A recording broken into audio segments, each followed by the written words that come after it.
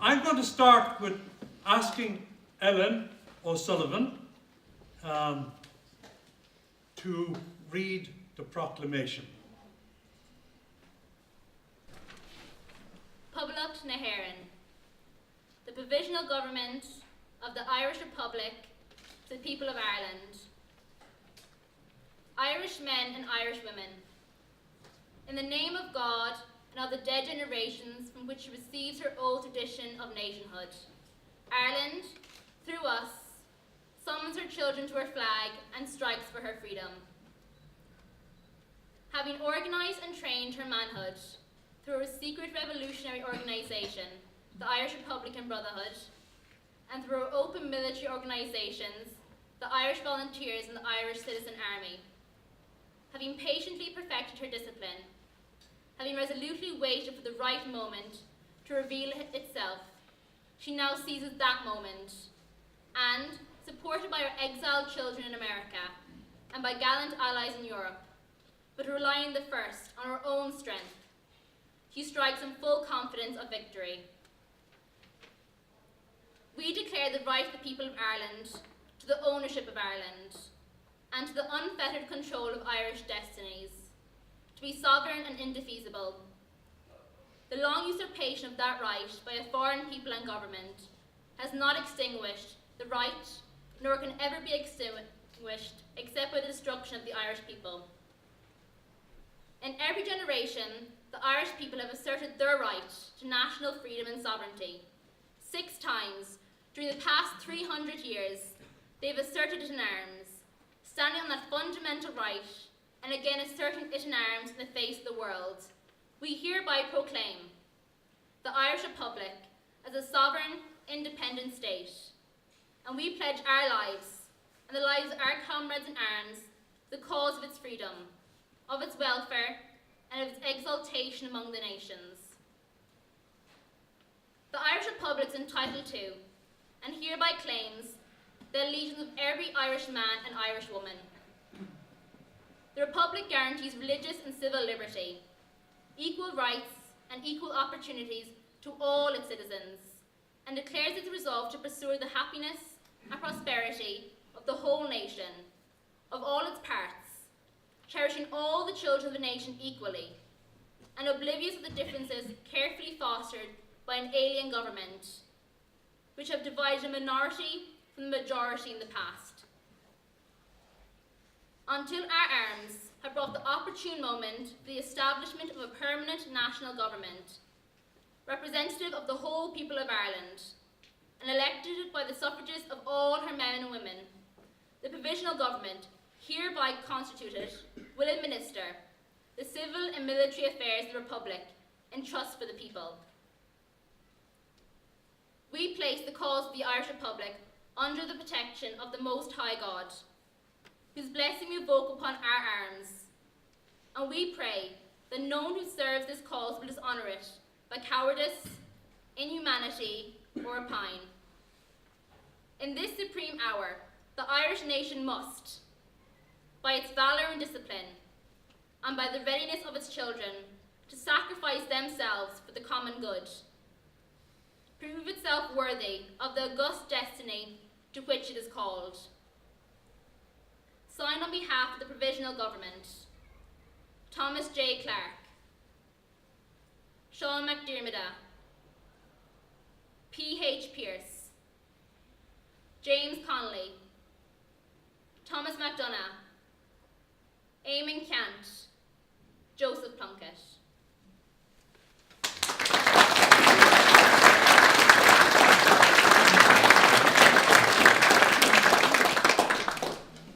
What a marvellous and inspiring document, yet, of course, to be fully realised. I thank Ellen for taking on this role of Patrick Pearce. She brings us to the steps of the GPO just before noon on April the 24th, Easter Sunday, Easter Monday 1916. And I thank you, Ellen, for doing this. You did a wonderful job. Thank you. some people see this year's remembrance as somewhat problematic because they say that our origin story is one of violence. Our foundation story is one of violence. It's true that part of our foundation story is violent. But that's only part of the story. It is also a story of sacrifice, heroism, dignity. A sacrifice of many, many women and men who took part in the rising in Dublin, and also it is a commemoration of all those who, while called upon or mobilized in Dublin and elsewhere throughout the country, like Bantry and Ballingery, were disbanded because of orders coming from the Chief of Staff, Owen MacNeill. According to one survivor, it was a marvelous protest, a spirit of defiance. I personally consider it, I don't want to be shouting, by the way, but I know there's a huge crowd here tonight, which kind of took me totally by surprise because I thought there might be 6, maybe 12. And I would be happy with that. I don't want to appear to be shouting. Am I coming across as shouting? Okay, thank you. I consider it important to recognize that the violence of Easter Monday 1916 was not a violence of a conquering nation, but a revolutionary response by some members of a conquered and oppressed people. Pearse and other leaders of the 1916 rebellion certainly understood the pain and the historical pain, not just of that moment, but a long history of pain. And I cannot clearly, in his poem, The Rebel, when he said, I am come of the seed of the people that sorrow, that have no treasure, but hope, no riches laid up, but a memory of an ancient glory. My mother bore me in bondage. In bondage my mother was born. I am of the blood of serfs. The children with whom I have played, the men and women with whom I have eaten, have had masters over them, have been bitten at the wrist by masters, have grown hard with the manacles and the taskwork of strangers. The rising, I consider, was a response that followed many nationalist, violent and non-violent responses throughout our history of institutional oppression and suffering. We had Wolfe Tone and the United Irishmen, Robert Emmet and Young Ireland, the Fenians, the Land League, the efforts of the Irish Parliamentary Party, the movement of Home Rule. We had even an MP from Bantry, James Gillooly, who suffered at least 6 months in prison as a suspect Fenian under the coercion laws of the empire. I honor all the men and women who took part in the 1916 Rising, and those who did not actually take part but were willing to do so, like so many companies throughout the country and in Dublin. This evening, I also remember and honor those who came before that generation, and the seemingly everlasting and unbearable suffering of all our ancestral relatives. And I honor those that came after them in the War of Independence, including the unarmed supporters throughout every town, village and townland of the country who endured perhaps far more suffering than those who were actually involved or directly involved. And their hardship was endured with remarkable courage and integrity for the sake of self-governance. Many homes were raided, ransacked, and indeed throughout the area, women were threatened at gunpoint. They had to endure the hardships and the consequences of these raids. My own grandparents up in Market Street, the home was raided 21 times. That was not exceptional. Many people were raided. Other people's homes were burned to the ground. We have, in fact, later here a relative of one such person's home who was burned to the ground, and maybe a second from snow. But there were 2 homes buried, one in Barrack Street and I think one in Snow. And there was a young man, Con Crowley, murdered in his bed in Barrack Street during the War of Independence. However, in remembering and honouring everyone who took part, I do not wish to glorify violence. I do not wish to glorify violence. I believe that violence is never the expression of the highest aspiration of the human heart. Although our Christian and Catholic tradition can and does justify violence under certain circumstances, it has never and is never promoted as the good news of Jesus Christ. I think violence, as in the Rising and in the War of Independence, though clearly justified in my mind, was a response to circumstances in which people found themselves within the context of an analysis of the national reality, coupled with the understanding of one's faith commitment to the people, to the nation, and to the future. And we know at that time religion and civil responsibility, they crossed over, they conjoined, as Mr. Doherty of UC Department of History mentioned. He said Pearce's political and religious philosophies were intertwined or conjoined. Religion and nationalism were often mutual reinforcements to each other. And Pearce himself wrote, "He's only at peace with God who is at war with the powers of evil."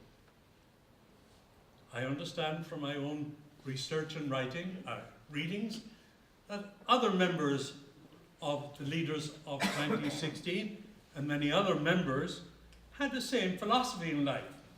An example of this I just throw out as Thomas Ashe's poem, which said, "Let me carry your cross for Ireland, Lord." Most people accept, I think, that the revolutionary woman or man who dances with joy at the death of another human being has, in that particular instance, failed the revolutionary, the Christian, and the spiritual test of love and service. I don't think many revolutionaries, most of them, and members of state armies, which, by the way, the IRA became in 1919. The volunteers became the state army as an act by the Dáil in 1919. Most people, state armies today as in the past, or revolutionaries today or in the past, give thanks and are overjoyed at not being killed. But I have never met one, and I have met many outside this country. And I've met some in this country, from my own experience, who did not dance with joy at the death of another human being.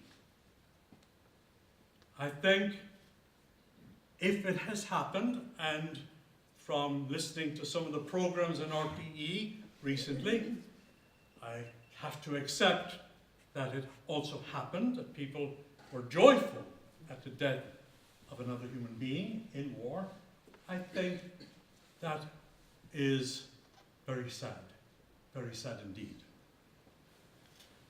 However, I also must remind myself that even if such actions took place, a dance of joy, or feeling of joy at the death of another human being, I must remind myself that such an action or action does not define that particular person.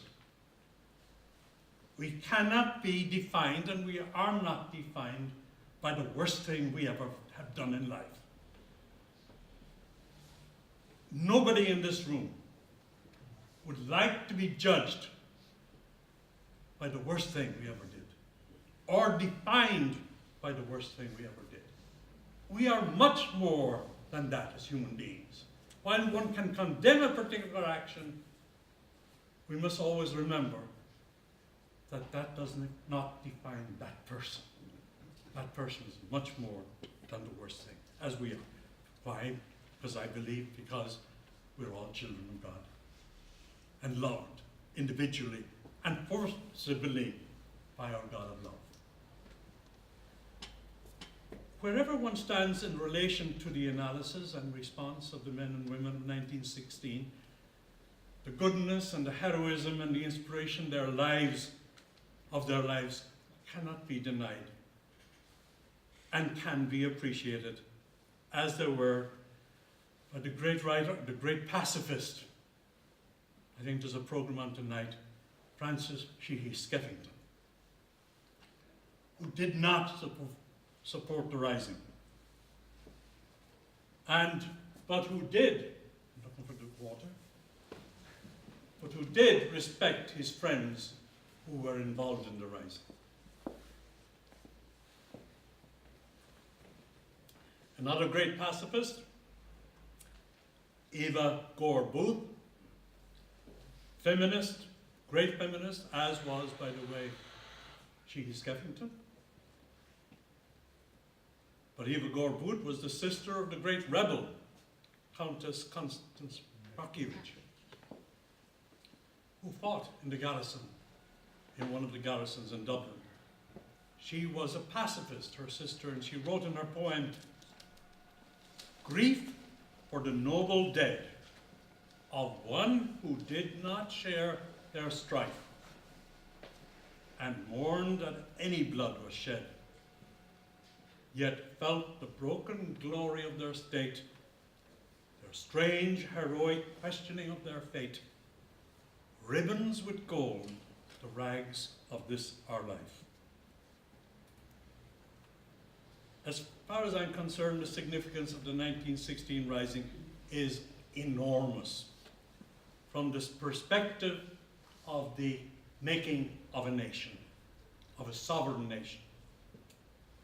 The majority of the people in Dublin at the time, at least in Dublin, and perhaps throughout the whole country, were positively against the Rising. There's no doubt about that. However, they responded with anger at the response of the British government when they started executing the leaders. In fact, their response was so strong that the British government stopped further executions after 16 were executed, including Roger Casement, who had been arrested earlier. This change in public opinion led to the increase in membership of the Irish Volunteers and support for them throughout the country, including support for their political arm, Sinn Féin. Sinn Féin, we must try and remember, won 3, 4, or 5 by-elections in 1917, including a by-election in County Clare in which the people of Whitty were involved. Whitty Island, our Whitty. And I see brows, what the hell is he talking about? How was Whitty involved in that Clare election? Well, they were involved in that Clare election because prior to that, a transport ship coming from the United States to England with petrol was torpedoed of the missing head. The fishermen of Whitty collected the barrels that came in up the bay, stored them in Whitty, and released 100 gallons of them when it was needed for a campaign in County Clare. This is how the Whitty people were involved in that particular election. But eventually, after much organising, and after the election of 1918, when Sinn Féin had a resounding victory throughout the country on the promise that they would not take their seats in Westminster, it acted in relation to Britain as if Britain did not exist. And they did this by establishing their own parliament, Dáil Éireann, and cabinet. The Dáil established its own army, and that's when the Irish Volunteers became members of the official state army, known then as the Irish Republican Army, the Army of the Republic. And the army eventually established its own chaplaincy. I have a letter here which may shock some, and I might get around to reading it when it comes to the excommunication story. But what a massive undertaking this was, including establishing their own judiciary. A massive undertaking by TDs elected throughout the country who had to move, the Parliament and the Cabinet had to move from house to house because of, what we call it, security reasons.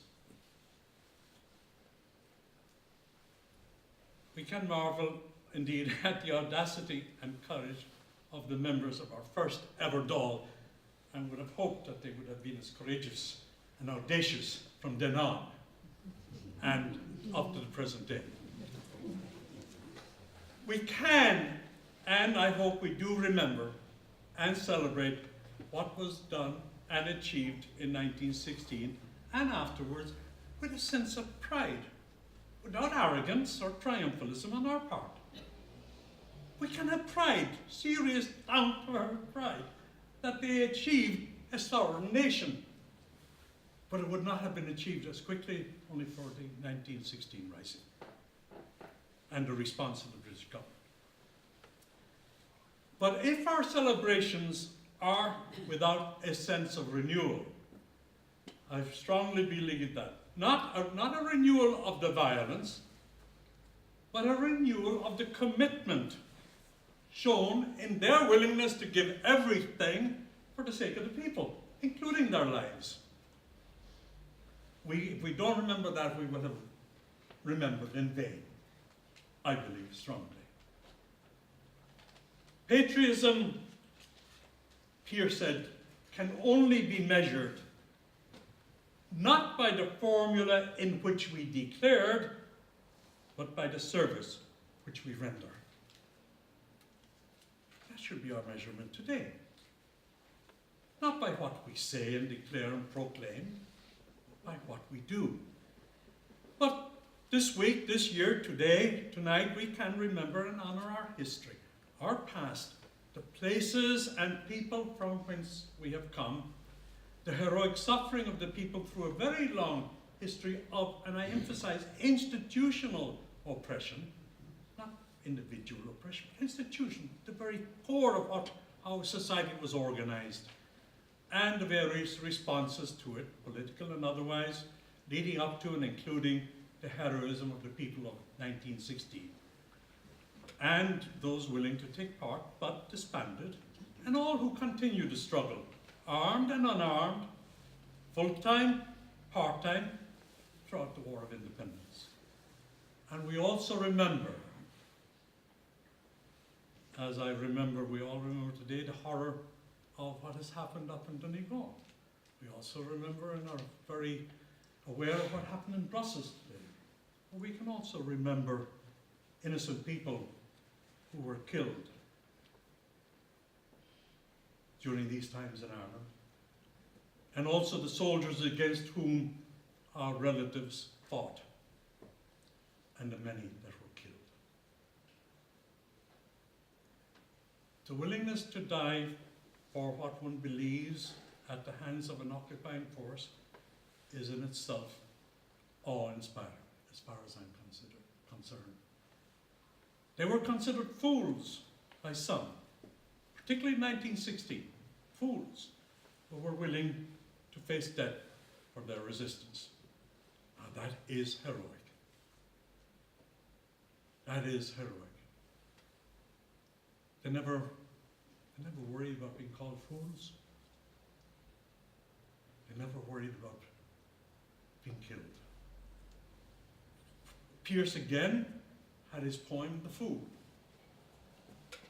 You know, since the wise men have not spoken, I speak, that only a fool, but a fool that had loved his folly, more than the wise men, their books or their counting houses, or their quiet homes, or their fame in men's mouths, a fool that in all his days had done never a prudent thing, never counted the cost, nor reaped if another reaped the fruit of his mighty sowing, content to scatter the seed. A fool that is unrepentant, and that soon at the end of all shall laugh in his lonely heart as the ripe ears fall to the reaping hooks, and the poor are filled that were empty, though he go hungry. I have squandered the splendid years that the Lord God gave to my youth in attempting impossible things, deeming them alone worth the toil. Was it folly or grace? Not men shall judge me, but God.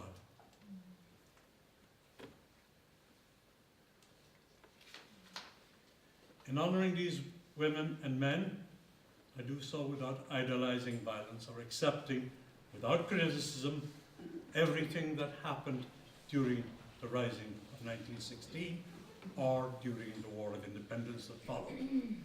But I honor them as men and women seeking the good of the country as they saw it, and within the context of the reality of the country, their thinking and their belief system. Where's my I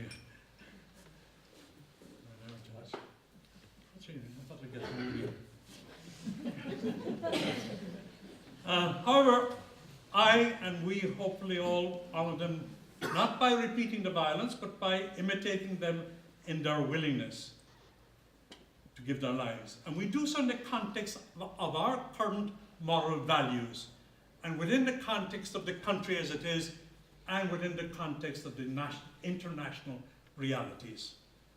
One can reimagine the nation that Ireland can be, as the young students did this past week all over the country, by remembering the inspiring words as well as the actions of these women and men who were willing at that time to protest through arms and shed their blood if necessary for the sake of a dream of the heart that only the heart could hold. To quote Pierce again. The situation of the country at that time could be described as a painful thorn in the hearts of the leaders of the 1916 rebellion. Many situations facing particularly middle-class people and those economically poor and challenged in many other ways are also a painful thorn in our hearts today. And I hope in the hearts of all our elected officials and civil servants, public servants. When we are committed to institutional and personal fairness and live within the community of people and also within the other than human community, living our lives as part of a community of people and as part of a larger community of nature, and living it as part of it rather than apart from it, we will be relevant in the promotion of the core of the gospel of Jesus Christ, or indeed to the core of the project of becoming human beings that we are meant to be. I think Bantry people are up to that challenge. I think the Bantry people can be relevant, and relevancy would be the important thing rather than irrelevancy. Now I come to a second section, and that is to a group of Bantry men, including my father and many others, fathers here, mothers who were here, but this would be particularly in relation to the parade to Kilcombe.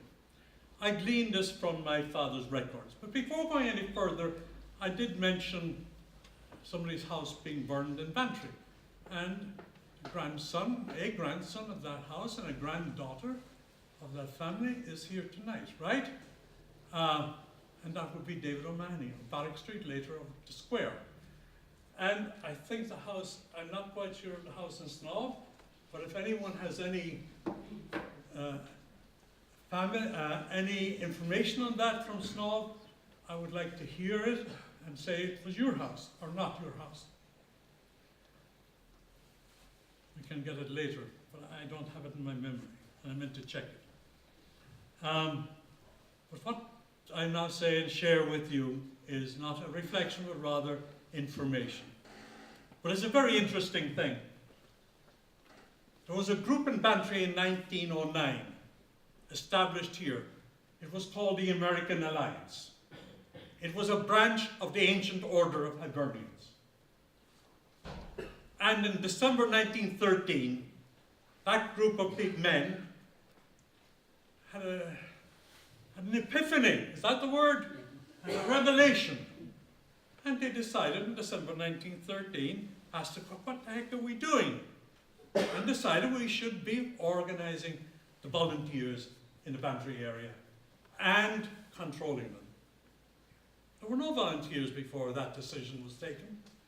And that group of about 30 or 40 people decided to select, not quite sure it was an election or a selection, a committee to organize and control the volunteers in the Bantry area. Some of you will know who they are. One was a Michael Hurley Scott Road. He was the chairman of the group. Now, some of you from Bantry might know Michael Hurley Scott Road. I don't. Before my time, I think he died before my time. He may have died younger than many of the others. Second one, who was the secretary, was Mark O'Sullivan, Main Street. No, not Ellen's. That was too young. They were, the current Mark O'Sullivan is much too young. But Mark O'Sullivan, he had a daughter, Kathleen, Mark, Peggy Mark, and Marky Joe, as those of us from Bantry would know. Marky Joe is alive and is in Cork. Peggy died 2 years ago about, and Kathleen is in Inishannon. That's number two. He was the secretary. And then you had Michael O'Donovan, also known as Sonny Donovan, the square, the father-in-law of Kathleen here, the father of Nuala, Donald, the late Gary, Kathleen's husband, and Sister Mary O'Donovan, the square. Then there was David O'Mahony. Relatives are here, too. David O'Mahony, there are three relatives of David O'Mahony here. He was the fourth member of that committee. David O'Mahony, who died in old age in the square. I mean, not on the square, but he lived in the square. I remember David very, very well. He was the father of Mrs. Williams, the father of Mrs. O'Mahony's father, but also your mom's, okay, etc. And the grandfather of the Williamses, who Mrs. Williams only died a year ago, right? These were the officers and committee who were entrusted to control and organize the volunteers. And they were in charge of the volunteers up to and including the march to Kilcombe. 2 years. There was no military rank assigned at that time. They did drill, they did march, Town Hall up the road here, and they had Dennis Crowley from Market Street, an ex-British soldier, was the first drill inspector. Then there was a Scotsman, Sergeant Gordon, who was the reserve in the British Army. He was the volunteers, and he was called up for service in the First World War, and so he left. So from March about 1914, they drilled also at Seskin, and at its peak, they had about 150 men. And at the time, there were two rival political organizations in Bantry, namely the Redmonites and the O'Brienites. And this was about 1914. And the Redmonites started a volunteer company in Bantry, but they eventually disintegrated and went out of existence. And they were known as the Irish National Volunteers. They gradually disintegrated over time.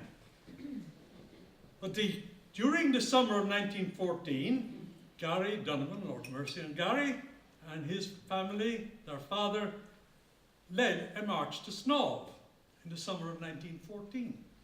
And you know, they did things big in those days, headed by the Bantry Brass and Reed Band. The volunteers. No, there was no guns involved at this stage. And then Michael O'Donovan was in charge of that day, Sonny Donovan.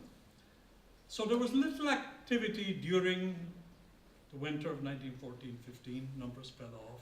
But then again, at about 1916, there were about 20 active. And they had a meeting in the town hall the Saturday before Easter Saturday. And it was a meeting that was headed by Terence McSweeney, who had come to Drimoleague the week before, and some of the volunteers in Bantry went to meet him in Drimoleague, and they tried to organise in Drimoleague, and there weren't enough men available in Drimoleague at that time. Then they went to Cora, and they tried to organise there, and some men joined, but not enough to form a company. But he came to Bantry on the Saturday before Easter Saturday, 1916. And he met with all the volunteers. And he told them that it was about time they stopped drilling. I don't mean drilling the ground now, but you know, left, right, drilling, that kind of drilling. And about time to learn to shoot straight, quote, unquote. And he met with the committee, Sonny Donovan, Michael Hurley, and the other three, Dave O'Mahony, and Dan McSweeney. I didn't mention him, I think, did I? No. Dan McSweeney from Arnageehee. Yes. Dan McSweeney from Arnageehee was one of the five. And Terence McSweeney asked him to get the volunteers marching towards Kilkel on Easter Sunday morning after first Mass, or after Mass, first Mass program, and to take a few days' ration. But he did not tell them, or the volunteers, that there was any hint of a rising. They all thought, apparently according to my father, that this was a regular parade, although he did say to the committee, and that was passed on, that because of the time it was in it, they should be prepared for anything and take some rations. But they didn't know that there was to be a rising. Well, they marched out, they had a few revolvers between 12 men. They started with 14 in Bantry. They met 3 others from Drumaclaric, which is near Pearson's Bridge, and another man from Pearson's Bridge. And they marched to Kilkel, met up with the Ballingery people in Kilkel. They did drills for some hours, and then under a man from Cork, Hegarty, I think, and then they were disbanded from orders from Terence McSweeney, who obviously had got the word from Owen MacNeill that the rising was off. And that's what happened.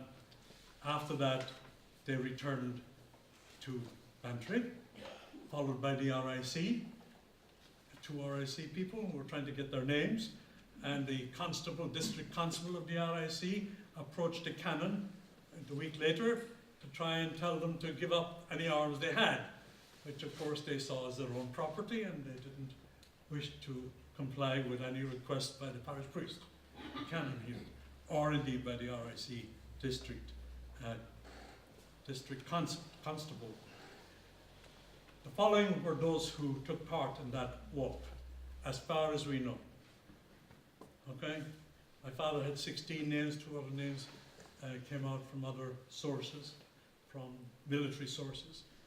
Michael Hurley, Scarp Road, who was the chair of the organising committee. Michael O'Donovan, Old Square, member of the organising committee. Mark O'Sullivan, Main Street, secretary of the organising committee. Daniel McSweeney, Arnagee, member of the organising committee. Sean Potter, Market Street. Rafe Keys, my father, Market Street. Thomas Linehan, Market Street. John J. O'Sullivan, Market Street. Daniel O'Sullivan, Daniel O'Mahony, Chapel Street. Christopher Walsh, Parade Field. Liam Carney, Harbour View, person working in town. My wife is in contact with his grandson in the Boston area, New York area, who we hope will send a message for Sunday. Thomas Waters, who was a Cove man, who was in town, Tommy Waters. Alex McCarthy, Pearson's Bridge. Mortimer O'Sullivan, Drumaclary, these are the Jack Bills. John J. O'Sullivan, Drumaclary. Patrick O'Sullivan, Drumaclary. And Michael Murray, manager of Kelly & Co. at the time. And Michael Murray became the commandant, I think, of the area.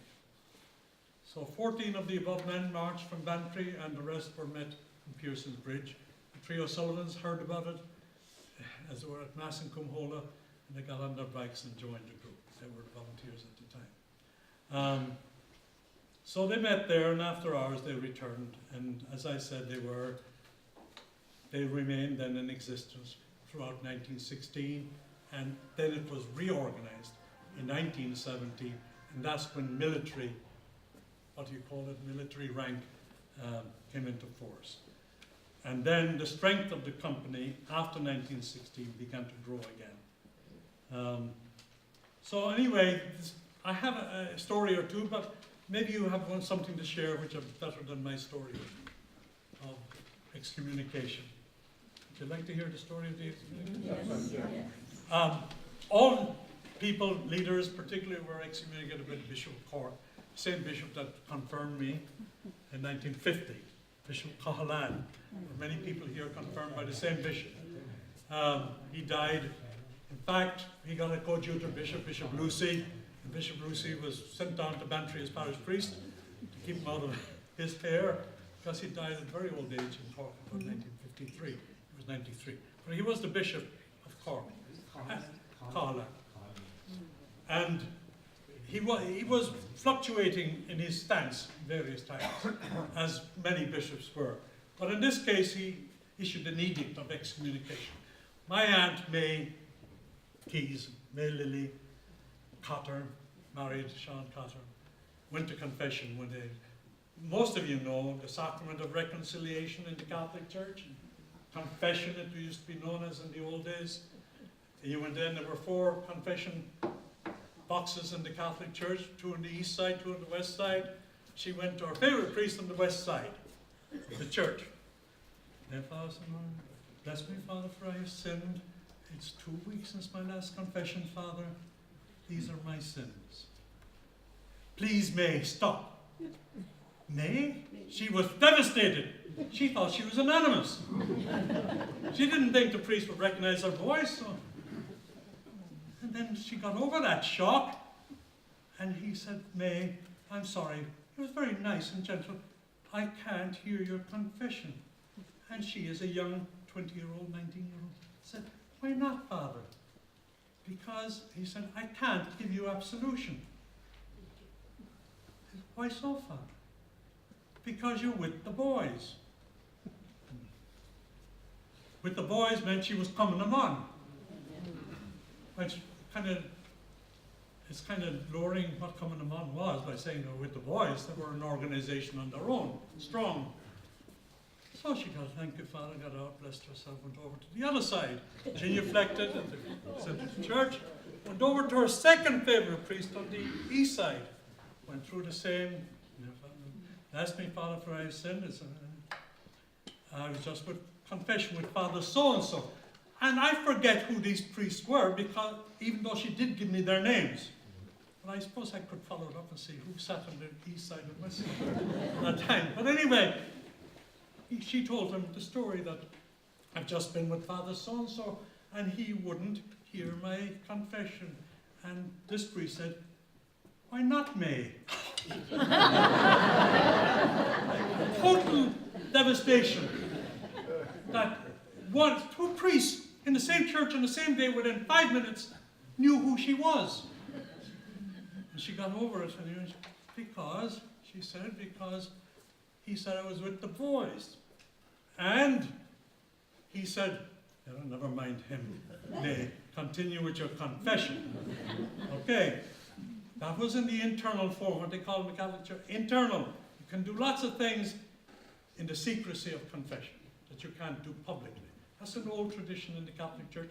Good to have it, good to have it. It's still there today, thank God. But in public, what happened? My grandmother was a daily communicant. I don't know about my aunt, she was 1920, but they went to church together on a Sunday. And what happened publicly? They went up to communion, and all the priests, at that time they had many priests in Bantry, at least 4 or 5, giving out communion. And they were, so let's say my grandmother and aunt were here, the priest from that side came around and stopped here, and the priest from that side came around and stopped here, and never came to them. And what did my grandmother, obviously a strong woman, and was training her daughter well into women's liberation and strength, they stayed kneeling. That time we all knelt. Stayed kneeling until the priest had returned all the ciboria into the tabernacle, locked the door of the tabernacle, and pulled across to what we used to call the humeral veil. There's still a thing up in the Bantry church, little rod, had a veil, used to have a veil, and then turned around. Then and only then did the two women get up and return to their seats in front of everything. And these were packed churches of those days, packed. And that continued for a long time, and I can swear to that because she told me the story. Now the rest of it, that's 100%. The rest of it, I'm 95% sure what may have happened and could have happened. My father was the company captain. Sean Cotter was the adjutant of the battalion. Sean married May later, but I don't think they were courting at this time. They paid a visit to the cannon. You don't have to take any arms. He knew who they were. Policy changed. Let us say policy changed. You didn't have to, all they had to say was probably, I don't understand why you're refusing communion to my mother and to my sister. Policy changed. That's the story I was going to share. But I will share this thing, something. We must remember that during the War of Independence, when the volunteers became the Army of the State in 1919, January 1919, they did have a chaplaincy corps established. Many of them probably by the Franciscan Capuchins were very strong in Cork. I know that because they always got on free to all the buses in Cork City. They never had to pay a dime, which the poor old ordinary diocesan priest always had to pay their fare. But the Capuchin priests never had to in Cork City. They got free transport. Ever before the government started talking about free travel, they got it. They had it for years. But in other words, the army of the state at that time, the IRA, the volunteers that had become the IRA, had their own chaplaincy. They had their own guidance from their own priests. And when the Bishop of Cork issued his edict of excommunication, the brigade adjutant got this letter. This is a copy of it. This is not the exact thing, but this is exactly copied from a copy I have. Copy of a copy. Some of this can shock people, but he's very theological and very kind of lawyer-like. He said, a corrigial. I'm sure you have no difficulty regarding the bishop's decree. Lest you might have, I am sending you the following few points for your instruction and that of the officers and men generally.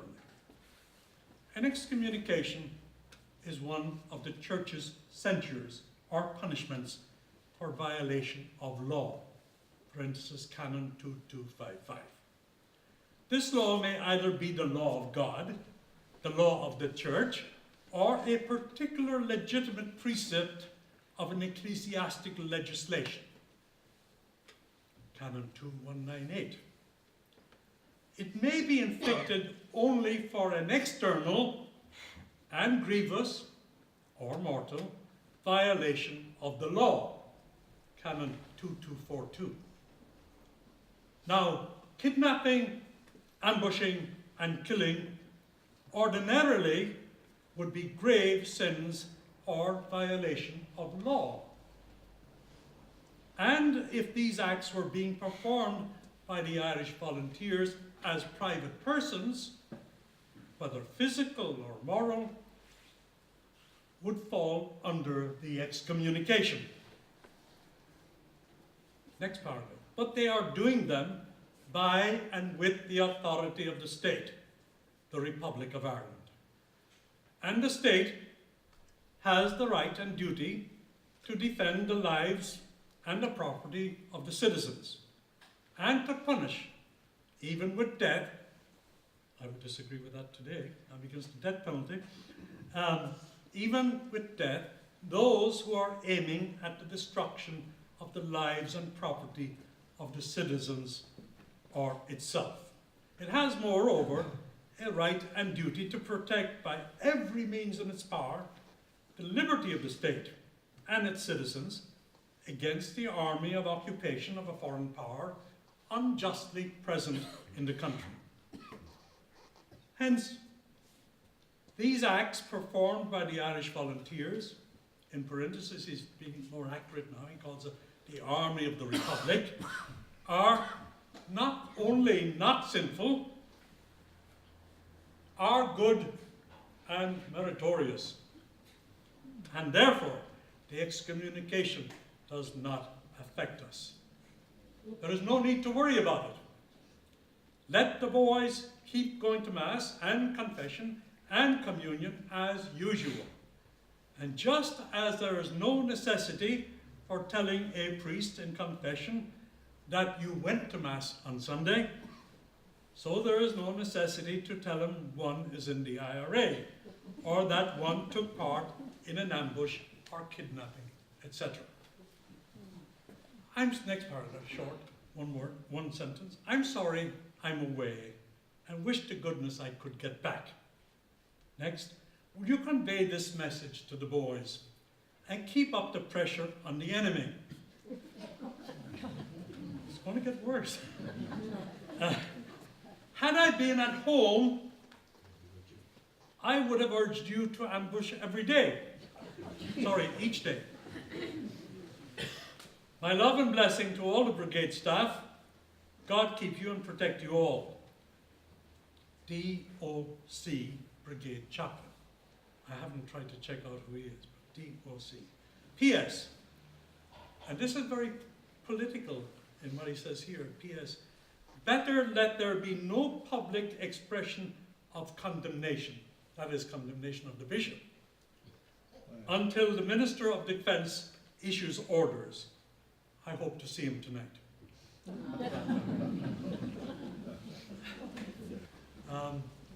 I forgot I had in my thing, and I must have just didn't look at it. There was a man from Bantry who took part in the Easter Rising in the GPO.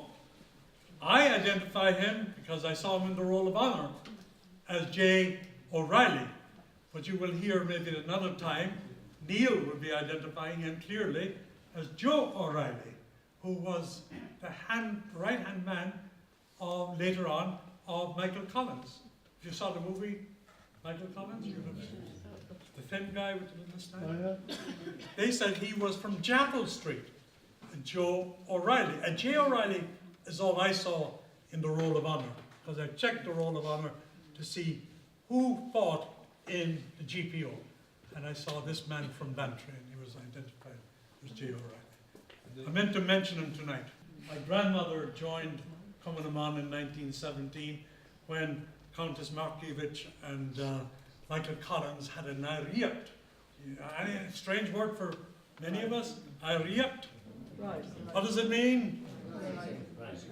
Well, it does mean rising, but I think in this context it was kind of a gathering of cultural heritage, culture and heritage. And it was attended by Michael Collins and Countess Markievicz and maybe Garrod O'Sullivan. And Countess Markievicz enrolled lots of women of Bantry at that time in Cumann. I know daughters of other Cumann people right here tonight. And that's when my grandmother joined. My mother maybe later. I don't know. But they were very supportive. They were involved in it. There was kind of, in many respects, Cumann, the gathering of the women, or the clan of the women. What does Cumann mean? Clan of women. Were, to a large extent, unfortunately, written out of that history, because they appeared later after 1916, 1917. But they were in the rising in Dublin, very strong in that rising. And I think there's a movie or a program on 7 women, I didn't see it yet, produced by RTE, which they have produced some great movies. But later on it got stronger, the Cumann. Some people didn't agree with them fighting. And as far as I know, what they did in Bantry area was they took messages, they hid the guns up their skirts or down their skirts or whatever. They did intelligence work, as did a group called the Fianna Éireann, which was also established by Countess Markievicz in Bantry at that same time, where the younger groups, like 14-year-old, 15-year-olds, were joined Fianna Éireann, and they acted as scouts. When you had them involved when a British sloop was not attacked, but this group of volunteers here went and took the guns out of a British sloop. When they saw the guy on board, up deck, he went below deck. And then they rushed him. Not him, but they rushed the boat, locked both, what do you call that? You go down.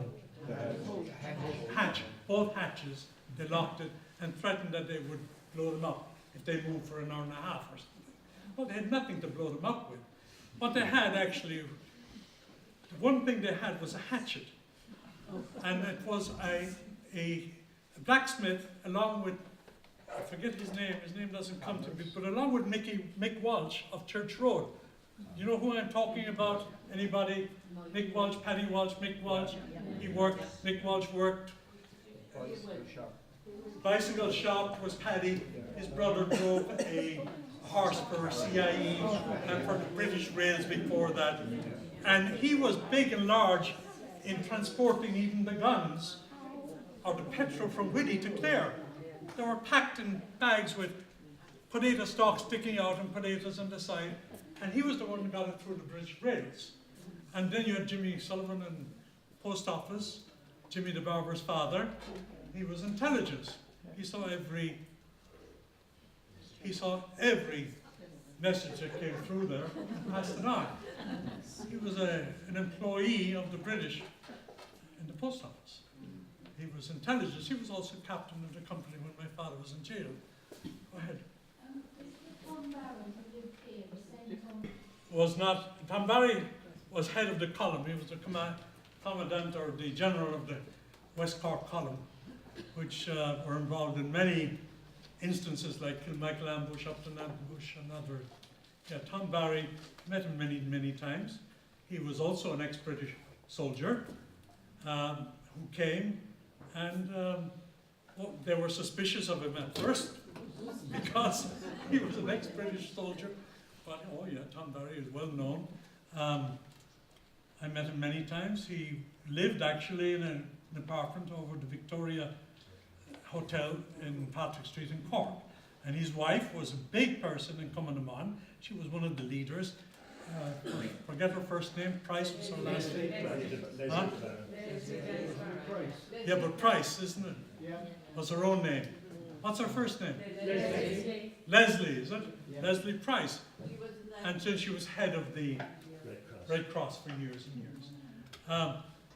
You know, I met many of these people myself, including Tom Barry, not just on the street, but at funerals. You know, at funerals of comrades. Because I'd go with my father as a young man or as a teenager.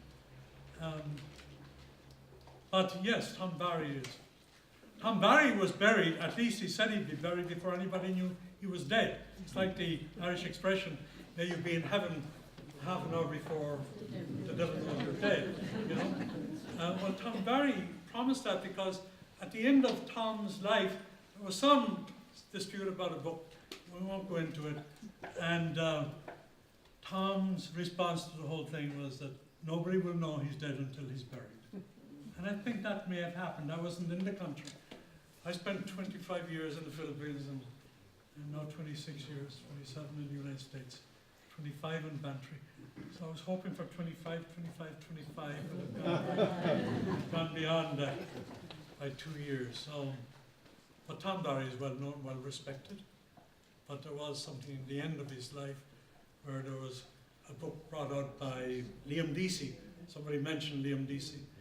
And Tom disagreed, as if Liam Deasy had contradicted something Tom Barry had written in Guerrilla Days of Ireland. I don't know. My own father got involved in it, and I said to him, why did you get involved? Because they came to him to sign a letter to say, and they wanted his name first, to say that this is a true good history of West Cork Brigades. But he wasn't trying to contradict Tom Barry. But yeah, obviously did. At least Tom.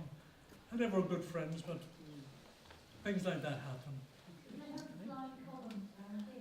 Did they have a flying column? Members of the area here were members of the flying column. See, the flying column picked up from time to time different people from different areas. Like Jack Sullivan, Kilkle. Does anyone know Jack Sullivan Kilkle? Jack Cahermontine, he came from Cahermontine. He was a member of the flying column. There were others too, but the names don't come. Oh yes, I do, her daughter is here. Driscolls of Snow. Her father was in the flying column. Where are you, Annie? Oh, Annie. Annie, your uncle, was a member of the flying column? Okay, but it wasn't a full time, it was called for this particular action, right? Time to time. So, there are others. Do you remember any others, Annie? In the area? What about Massey Donegan? He comes up. Massey Donegan was, Kilcrahan. well, no, Massey Donegan lived in Church Road, but they may have been originally from Kilcrahan, and his sister, Molly, was very strong. Different family. Huh? Different family. Oh, different family. Mostly the- Oh, Mrs. Donovan Newtown I'm was talking about coming along. Donegan. You're talking about Massey Donegan. Donegan. Lived in Church Road with his two sisters. Oh, yeah. And Massey transferred to Cork and lived in Cork most of his life. Massey was one of the commandants of the brigade. Yeah, I remember Massey. But his sister was also big in the Cumanaman, as was Toxie Gillooly down there. Toxie Donovan's mother was big in Cumanaman. And all your family from Scart, and there are many more here, but I don't recognize everybody, you know, but the Lehans of Scart, that's where, you know Toxie? Her mother was a Lehan, and her whole family were involved, and Toxie's mother was Cumanaman, and so there were lots of, there are many others here, but I can't. Sean Lehan was in the flying column. Okay. Any more for here that knows anybody else in the flying column that was raised? Sort of, Cronin from Barnum. Cronin, Cronin from Father Barnum. Cronin's father, was it? Yeah. Con Cronin? He was in Connecticut anyway. Is it the Cronin we call Cronin Barnum Bull? Yeah, yeah. Okay, in the flying column. So there were lots of people, but they were from various areas, Knob, Cumhola, Forlan, Bantry, whatever.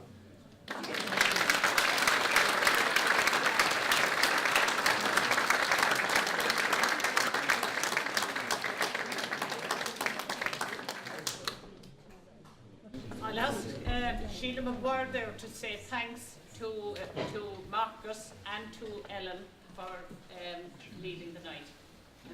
Sheila, please.